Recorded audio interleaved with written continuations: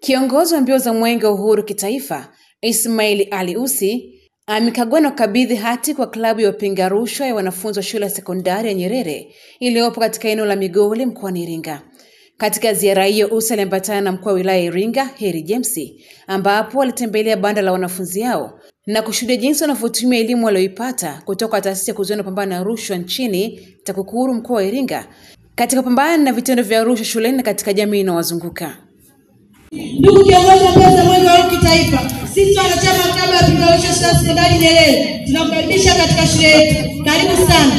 Klabu yetu ilianza tarehe 30 mwezi wa 7 2010 kwa mwongozo wa mkuu wa TAKUKURU mkoa wa Iringa, ikiwa na wanachama 120, ambapo hadi sasa ina jumla ya wanachama 320, ikiwa wavulana 159 na wasichana 161. Malengo ya klabu. Ndugu kiongozi wa mbio za mwenge wa uhuru kitaifa, klabu yetu ina malengo yafuatayo: 1. Kuwezesha wanaklabu kutambua nafasi na wajibu wao katika kushiriki mapambano dhidi ya rushwa. 2. Kuimarisha maadili miongoni mwetu na kuichukia rushwa ili kujenga kizazi chenye uadilifu. Hawa hapa ni baadhi ya wanafunzi wanaounda klabu hiyo, wakielezea manufaa ya elimu hiyo katika maisha ya sasa na matarajio ya baadaye, wakisitiza dhamira yao kuwa mabalozi waadilifu na viongozi bora hapo baadaye. Kwa majina naitwa Joalisa Toniblia Msadala kutokea shule ya sekondari Nyerere. Rushwa inaweza kusababisha vifo na kuweza kudumaza maendeleo katika nchi yetu. Elimu hii inanisaidia kuweza kupunguza rushwa na kunifanya kuendeleza maendeleo katika nchi yangu. Kwa majina naitwa Amrani Haruna Majoro, nasoma kidato cha 5. Rushwa, short ni kwamba rushwa siku zote huwa inakuwa na madhara. Na madhara ambayo yanatokana na rushwa mara nyingi sana kwa shuleni huwa inasababisha migogoro, lakini pia sisi kama wanafunzi, kwa sababu tuna mahusiano na walimu katika kufundisha, huwa inaweza ikaletea kuchukiwa na walimu kwa sababu ya rushwa. Lakini pia katika jamii tunaona vifo vingi vinaendelea katika ajali hospitalini na sehemu mbalimbali ambapo kuna ofisi za serikali zinafanya kazi. Mara nyingi sana wale ambao huwa wanakuwa na kipato ndio huwa wanakuwa ni watu wa kwanza kuhudumiwa, tofauti na wale ambao hawana kipato.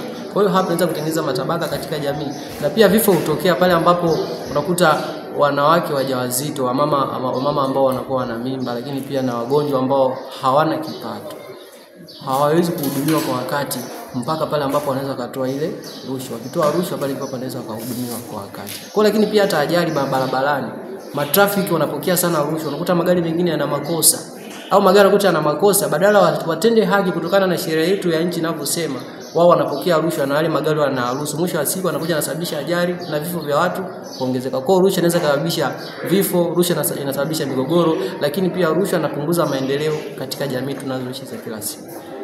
Kwa majina naitwa Joshua Mwanikabuji, natokea kidato cha 6, Kombi Kijijini. Rushwa, tunapozungumzia rushwa, ni adui mkubwa wa maendeleo katika jamii.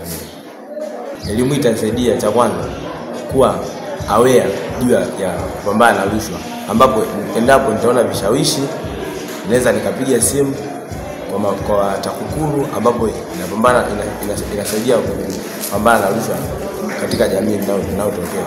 Na pia hiyo rushwa, tukiweza kuzuia rushwa, kama mimi nitahamasisha vijana wenzangu tuweze kuzuia na kupambana na rushwa ili tuendeleze maendeleo katika jamii yetu. TAKUKURU mimi cha kwanza nawashukuru sana kwa sababu elimu zinatufikia sisi, ambapo tunaweza elimu ambazo hatupa mashuleni tukiziendeleza na mitaani, tutazuia rushwa kwa kiwango kikubwa sana. Jina langu naitwa Bigeli Mara Lilingo, nasoma form 1. Kwanza tumejua umuhimu wa kupambana na rushwa, kwamba itaendeleza maendeleo ya jamii zetu na maendeleo ya taifa kwa ujumla. Pia tumepewa elimu kuhusu madhara ya rushwa, ikiwemo uchumi wa nchi unaweza ukashuka na watu wengi hawatapata haki zao. Hii ni APC Mkombozi TV. Jina langu naitwa Heret Mola.